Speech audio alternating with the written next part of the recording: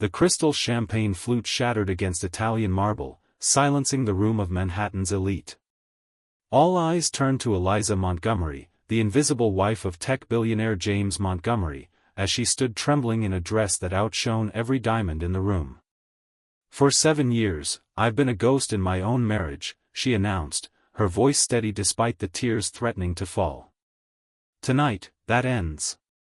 If you're enjoying this story already, please hit that like button and subscribe to see more captivating stories of transformation and redemption.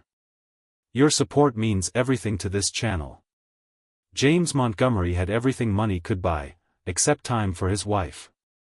The man who revolutionized artificial intelligence with his company Neurotech couldn't see what was disappearing right before his eyes.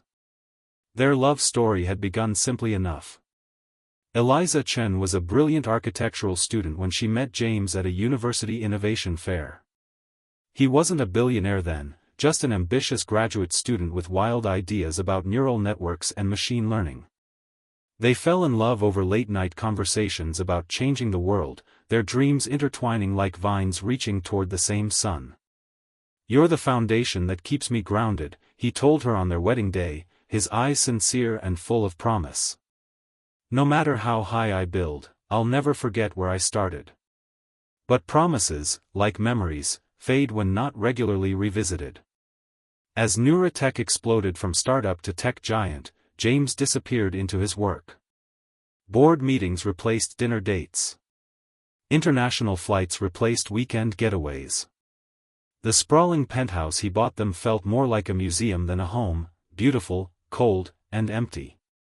Eliza tried everything. She scheduled appointments with his assistant. She showed up at his office with lunch. She even took courses in artificial intelligence to understand his world better. But James had become unreachable, protected by layers of executives, assistants, and his own single-minded focus. "I'll make time next week," became his mantra. Next week never came. On their 7th anniversary, Eliza sat alone at a restaurant table set for two, watching her phone for a message that never arrived. James was in Tokyo, closing another acquisition. He'd forgotten entirely. That night, staring at her reflection in the bathroom mirror, she barely recognized herself. The vibrant, ambitious woman who once designed buildings that touched the sky had become a shadow, waiting for scraps of attention from a man who had everything but saw nothing. "Enough," she whispered to her reflection. It was time to either save her marriage or save herself. The annual Neurotech Gala was approaching, the social event of the tech world calendar. CEOs, investors, and celebrities would gather at the Montgomery estate to celebrate another record-breaking year. James always attended alone, claiming Eliza wouldn't enjoy all the business talk. The truth was, he'd stopped seeing her as his equal, his partner in building dreams. For 3 months, Eliza prepared in secret. She withdrew from the charity boards where she'd been passing time. She reconnected with her old architecture professor. And she designed something revolutionary, a sustainable community center that could transform the struggling neighborhood where she'd grown up. The night of the gala arrived. James barely noticed when Eliza said she wouldn't be home for dinner.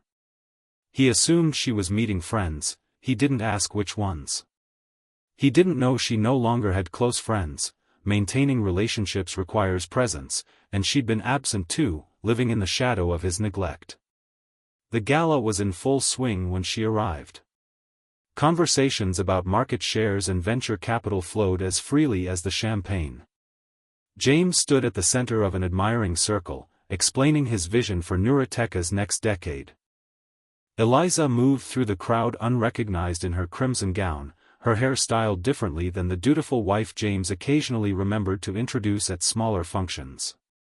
She approached the stage where the evening's presentations would take place and whispered something to the event coordinator, who checked his tablet and nodded.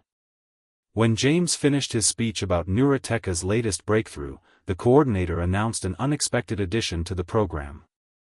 "Ladies and gentlemen, we have a special presentation on urban innovation."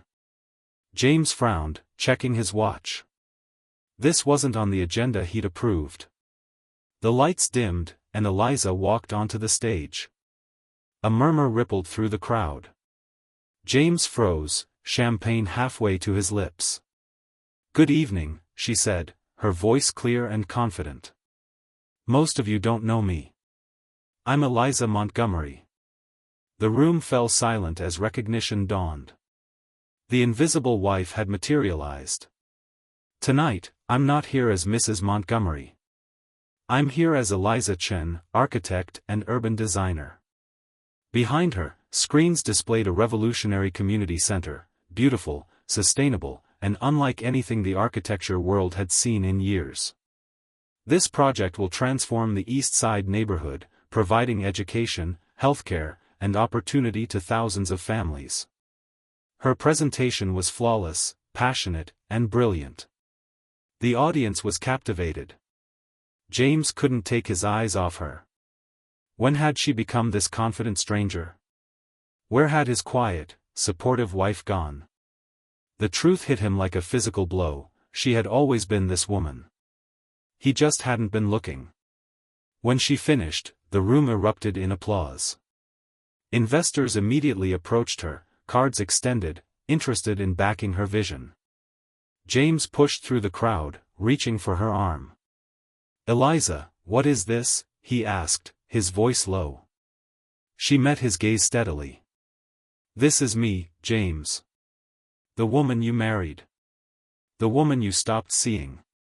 That's when she picked up the champagne flute and let it slip from her fingers, the crash silencing the room. "For 7 years, I've been a ghost in my own marriage," she announced. "Tonight, that ends. I'm not asking for your attention anymore, James. I'm demanding my own life back." She turned to leave, but he caught her hand. "Please," he said, and for the first time in years, he was looking at her, really looking. "Don't go." The party continued around them, but they stood in their own world, a marriage hanging by a thread. "I have a flight to Chicago tomorrow," she said.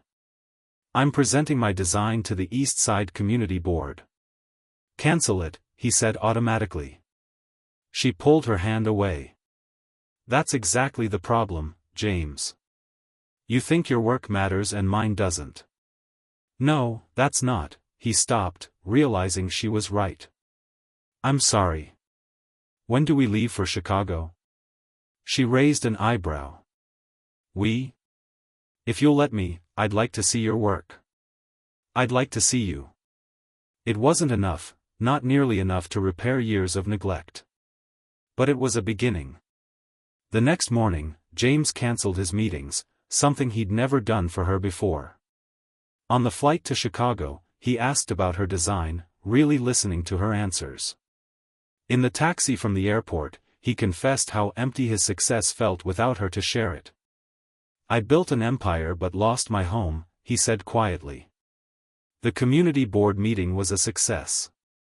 Eliza's design was approved, and James, sitting silently in the back row, felt a pride he'd never experienced in his own accomplishments. Watching her shine, he realized how much he'd missed by focusing only on himself. That night in their hotel room, they talked until dawn, really talked, like they used to before success built walls between them. James learned that Eliza had been developing her architectural skills all along, taking courses and working on theoretical projects while he assumed she was just managing their home.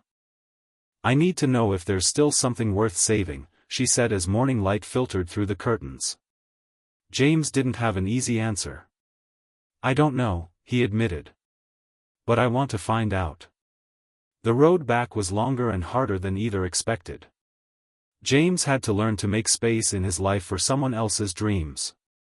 Eliza had to learn to trust again, to believe his attention wouldn't vanish with the next business opportunity. They established new patterns. Sunday mornings were sacred, no phones, no work, just them. James attended her design presentations, she joined key meetings at Neuratech. They created a foundation together, combining his technology with her architectural vision to build sustainable communities around the world. 6 months after the gala, they renewed their vows in a private ceremony on the rooftop of Eliza's completed community center. No celebrities, no business associates, just the two of them and the promise to see each other clearly every day. "You're still the foundation that keeps me grounded," James said, echoing his words from their first wedding. "And I'm sorry I forgot to look down and remember where I started." Eliza smiled, taking his hands. "And you're still the dreamer who helps me reach higher. Just remember, we build better when we build together." As the sun set over the city, casting golden light across the sustainable garden they'd created together, James and Eliza Montgomery stood not as billionaire and wife, but as partners, equals in a journey they'd almost lost. Sometimes, the most precious things in our lives become invisible not because they fade, but because we stop looking. The greatest wealth isn't measured in dollars or achievements, but in the moments we truly see each other. If this story touched your heart, please remember to like this video and subscribe to our channel for more stories that remind us what truly matters in life. Sometimes we all need a reminder to look up from our busy lives and see the people waiting for us to notice them.